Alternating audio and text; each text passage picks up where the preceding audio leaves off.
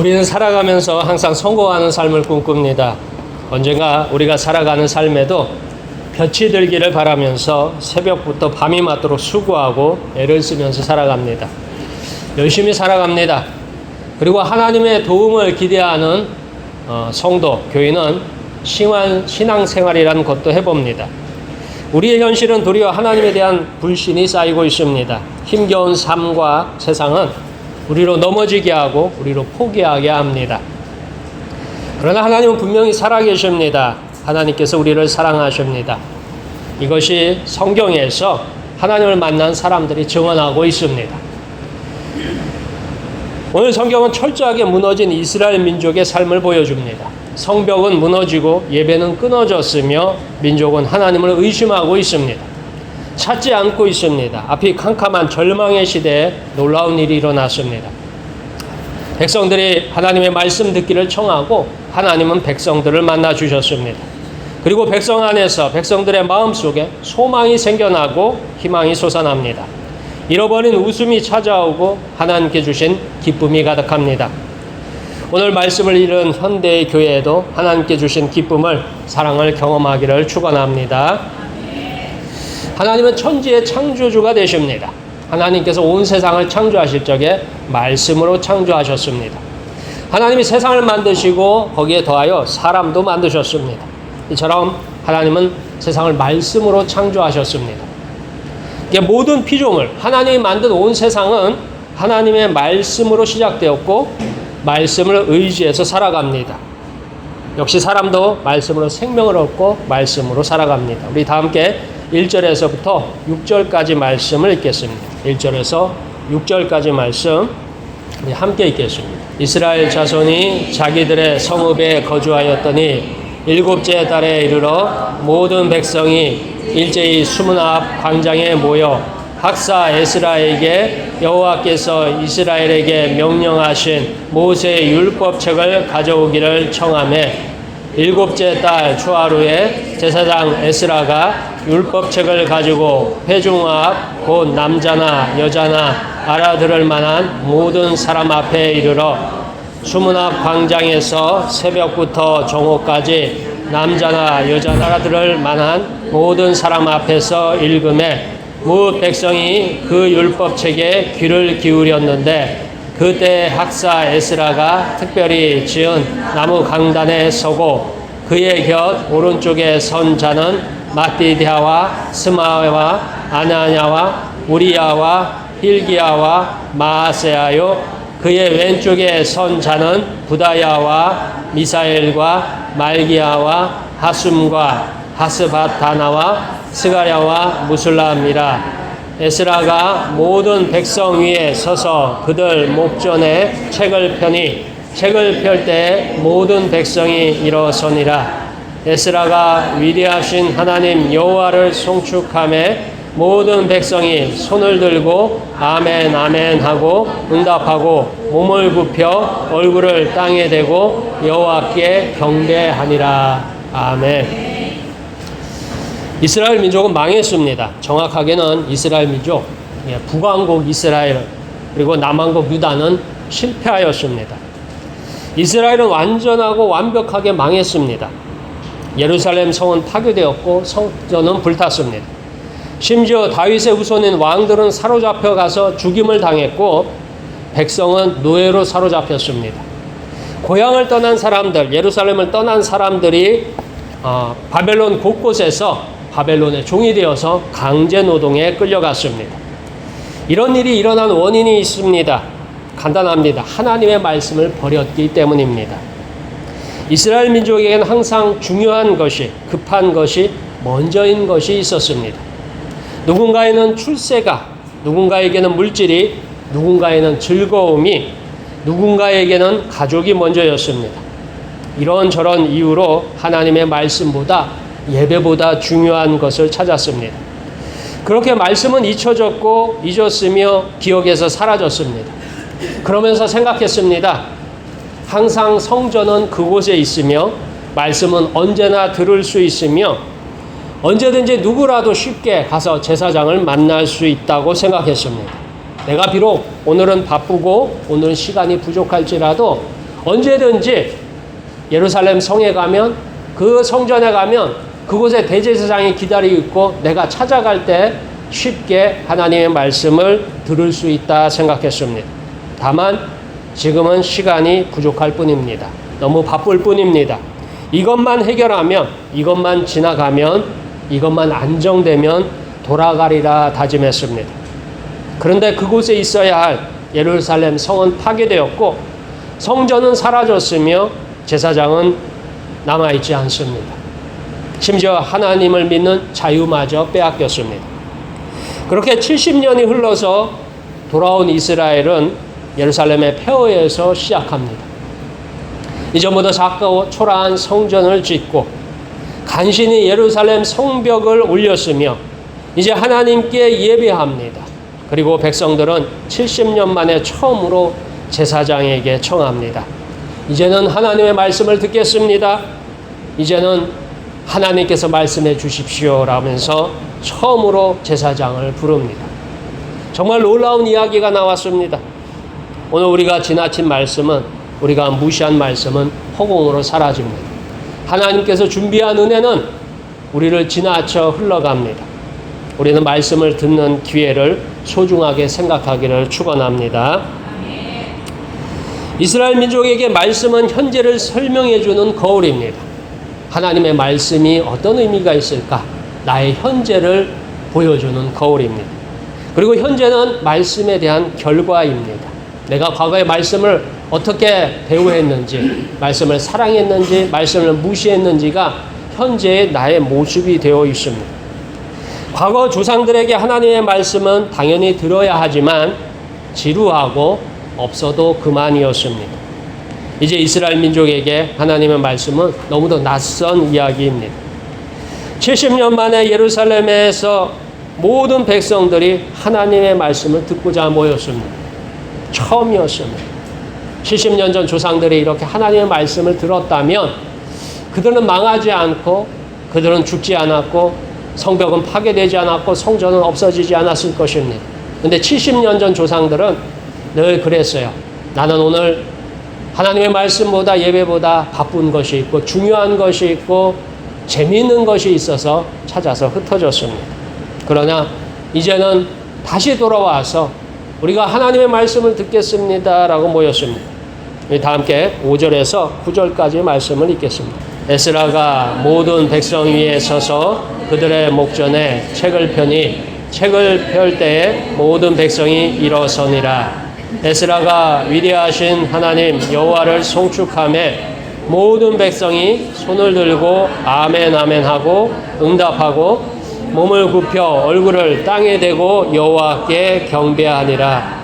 예수아와 바니와 세레바와 야민과 아굽과 사브대와 호디야와 마아세야와 그라다와 아스랴와 요사밥과 하난과 불라야와 레위 사람들은 백성이 제자리에 서 있는 동안 그들에게 율법을 깨닫게 하였는데 하나님의 율법책을 낭독하고 그 뜻을 해석하여 백성에게 그 낭독한 것을 다 깨닫게 하니 백성이 율법의 말씀을 듣고 다 우는지라. 총독 느헤미야와 제사장 겸 학사 에스라와 백성을 가르치는 레위 사람들이 모든 백성에게 이르기를 오늘 너희 하나님 여호와의 성일이니 슬퍼하지 말며 울지 말라 하고.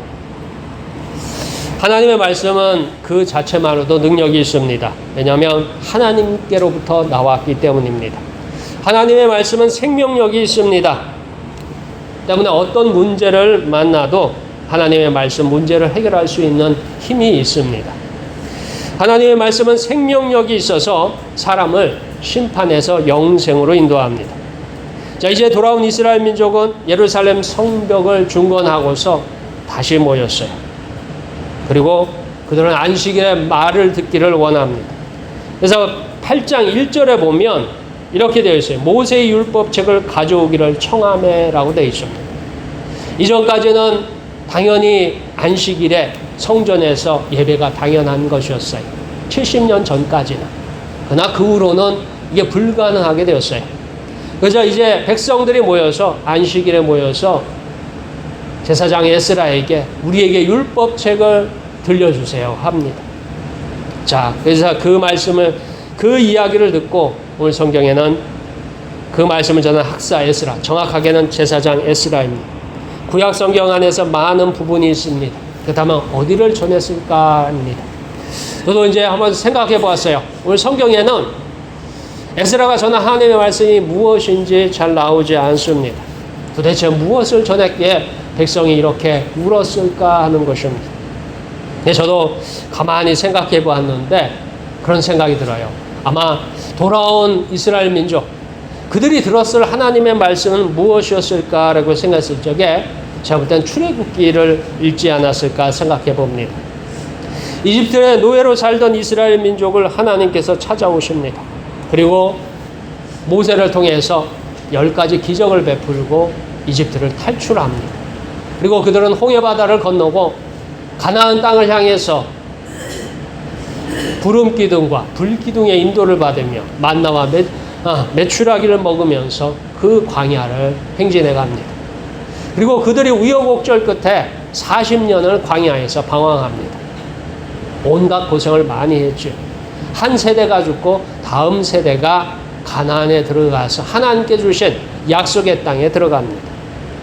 이 모든 과정이 출애굽기를 통해서 기록되어 있고 아마 학사 에스라는 이 출애굽기를 백성들에게 읽어주고 있을 것입니다. 그리고 그와 동행했던 많은 제사장들이 그 내용을 설명해주고 있습니다.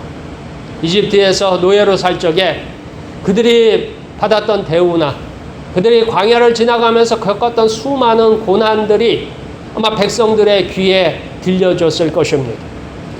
자, 이 모든 과정을 읽으면서 자신들을 생각해 볼 것입니다.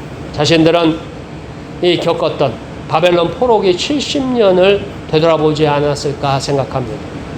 그리고 바사왕 고레스의 명령 고향으로 돌아왔습니다. 노예 세방되어 고향으로 돌아왔고 다시 시작할 수 있습니다. 이 모든 과정이 비슷합니다. 우리 조상들은 이집트에서 노예로 살다가 하나님의 사랑으로 하나님의 은혜로 탈출하였고 그들이 40년 광야를 지나서 약속의 땅에 도달했습니다. 이제 자기들은 바벨론에서 70년간 노예로 살았어요.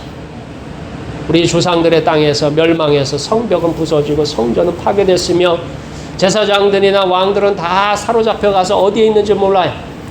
그 이스라엘 백성이 70년 만에 다시 걸어서 고향으로 돌아왔습니다. 그리고 돌아왔더니 자기들이 살았던 그 예루살렘 성벽은 다 파괴됐어요. 성전은 흔적도 없어요. 그리고 자기들의 고향집은 이미 다른 사람들이 다 차지하고 있고 자기들은 빈털터리에서 다시 시작해야 합니다. 그래서 어렵게 초라한 성전을 다시 지었어요. 그렇지만 그 성전을 짓고도 모여서 예배할 수가 없어요. 왜요? 자기를 보호해줄 성벽이 없어서 그들은 두려움에 떨어서 예배하지 못하고 흩어지기를 일쑤였습니다. 그래서 하나님의 말씀을 들을 기회조차 없었어요. 그러다가 느헤미야가 총독으로 오면서 어렵게 또 예루살렘 성벽을 중건합니다. 자, 이제 안전이 확보됐고 성전이 지어졌어요. 그러자 이스라엘 백성들이 이제 고민하기 시작합니다. 자, 우리가 하나님의 말씀을 들어보자. 하나님이 우리를 위해서 어떤 축복을, 어떤 말씀을 하시느냐 하면서 모였습니다. 그리고 그들이 출애굽기를 듣기 시작합니다. 그 출애굽기 속에서 하나님은 이스라엘 민족을 사랑하셨습니다. 노예가 된 이스라엘 백성들을 사랑하셨습니다. 그들은 광야에서 먹을 것이 없을 적에, 마실 것이 없을 적에 하나님의 사랑을 입어서 먹고 마셨습니다. 그렇게 40년을 고생한 끝에 가나안 땅에 도착했어요. 그리고 그 가나안 땅을 하나님은 정복하게 하고 그곳에 정착하게 하였습니다. 과거 조상들을 사랑하신 하나님께서 현재 우리들도 사랑하고 계십니다. 이전에 70년 전에 하나님의 말씀을 버렸던 조상들의 실패가 다시 반복하지 말아야 합니다. 이것이 에스라에게서 듣는 하나님의 말씀입니다. 그리고 하나님의 말씀을 들을 적에 우리가 하나님의 사랑을 받았구나라는 것입니다. 백성들은 생각했습니다. 하나님은 우리를 버렸다라고 생각했어요. 예루살렘 성벽이 무너지는 순간, 성전이 파괴되는 순간, 모든 백성이 노예로 끌려가는 순간에 우리는 하나님 앞에 버림받았구나. 하나님은 우리를 잊었구나. 하나님은 우리를 버렸구나 라고 생각했어요. 그러나 돌아와서 하나님의 말씀을 듣는 순간 하나님께서 우리를 사랑하셨구나라는 것입니다. 이스라엘의 생명이 되는 하나님의 말씀을 들을 수 있도록 그 마음을 새롭게 하셨고 새로운 예루살렘과 성전을 지어주셨습니다. 하나님의 사랑은 물러갔던 것이 아니라 도리어 이스라엘 민족이 하나님을 사랑하는 마음을 잃었고 잊었습니다. 이제 제사장 에스라, 학사 에스라의 말씀을 듣고서 하나님의 사랑이 옵니다. 하나님 한 번도 이스라엘을 포기하지 않았습니다. 하나님은 바벨론 노예 시절에도 함께 하셨고 돌아오는 길에도 함께 하셨고 예루살렘의 초라한 성전에도 함께 하시며 지금도 함께 하십니다. 이것이 백성 이스라엘 민족이 깨달은 하나님의 사랑입니다. 그렇게 그들은 눈물로 회개하면서 하나님의 백성으로 거듭나고 있습니다. 이 땅에 많은 교회들이 있습니다. 이 땅의 교회에는 특별히 한국 교회는 여신도에 큰 빚을 지고 있습니다. 왜냐면 한국 교회에 보면은 목사는 대부분 다 남자 목사들이래요. 교회 장로님들은 다 대부분 누구예요? 남자들이라고요. 여자 목사님, 여자 장로님은 아주 소수고 드물어요. 근데 교회 일은 대부분 다 누가 하고 있어요? 여신도가 다 하고 있어요. 이상하지 않아요? 일은 여신도가 많이 하고 뭐예요?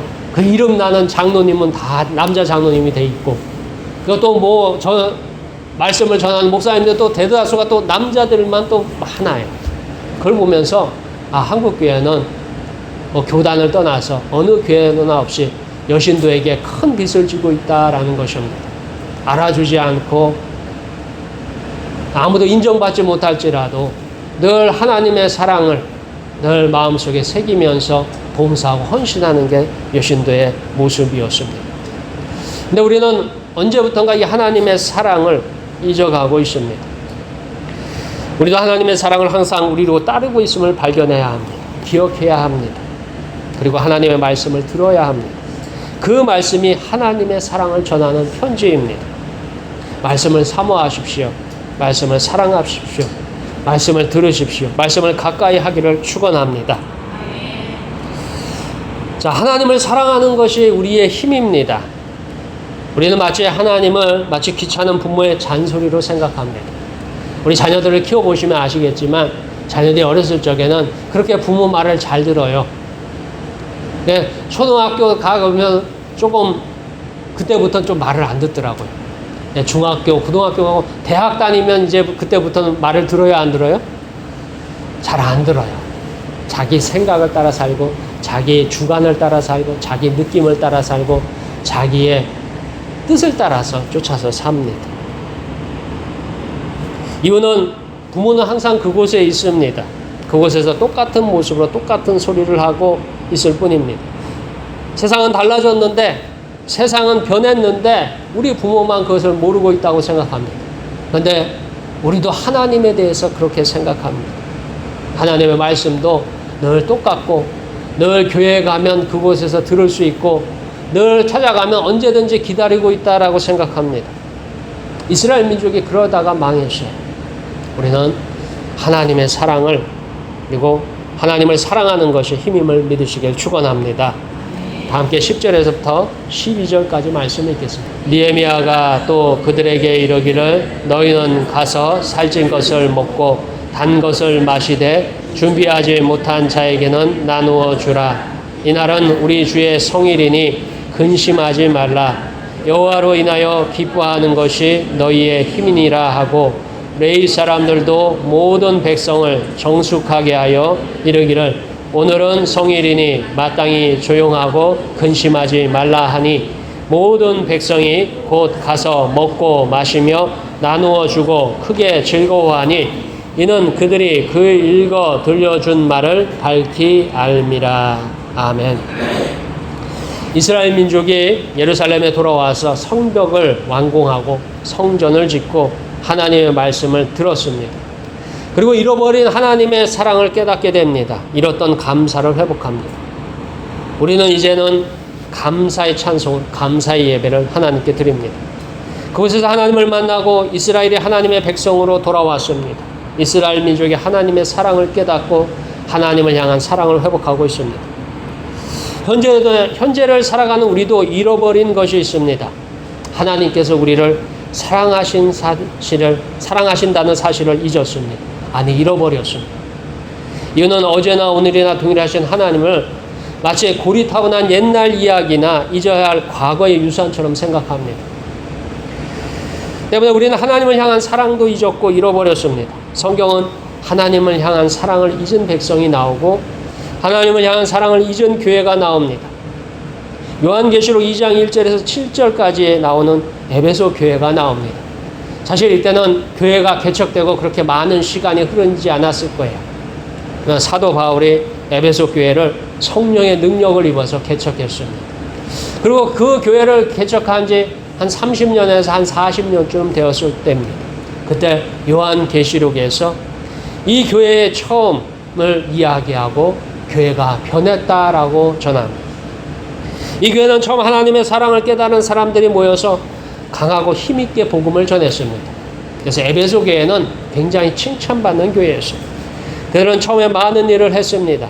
칭찬의 말씀이 요한계시록에 나옵니다. 우리 다 함께 요한계시록 2장 2절에서 3절까지 말씀 찾아서 읽겠습니다. 신약성경 400쪽입니다.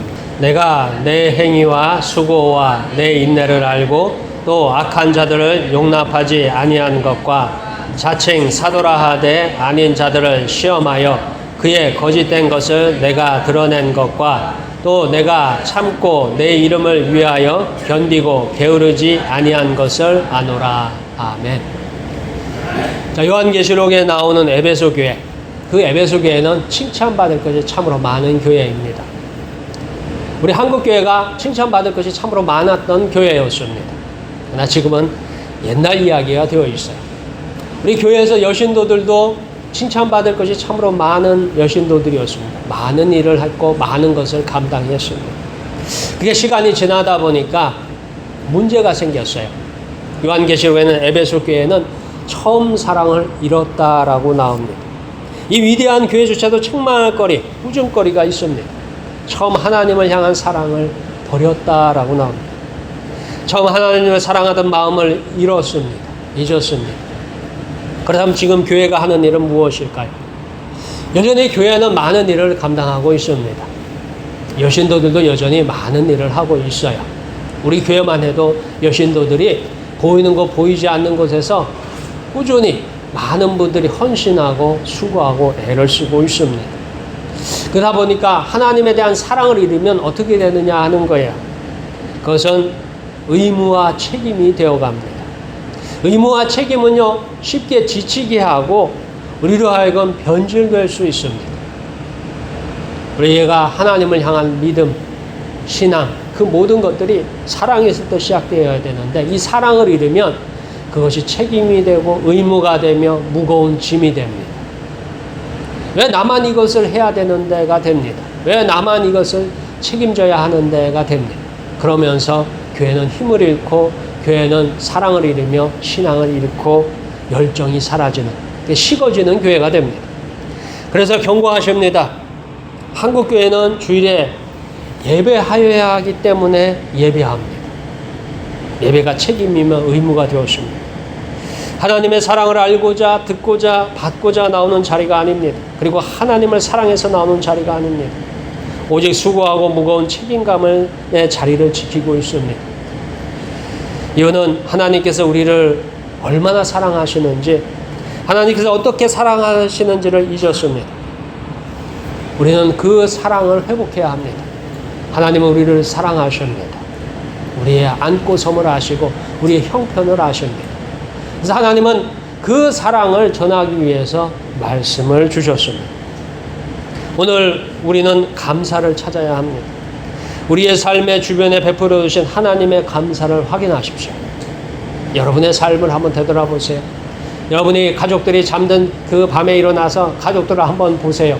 그러면 하루의 수고를 마치고 침대에 누워서 자기의 잠자리에 누워서 곤히 자고 있는 그 가족들의 얼굴을 한번 상상해 보십시오. 그 가족이 거기 있는 이유는 하나님께서 오늘 돌보셨기 때문입니다. 하나님께서 그 삶을 이끌어 오셨기 때문입니다.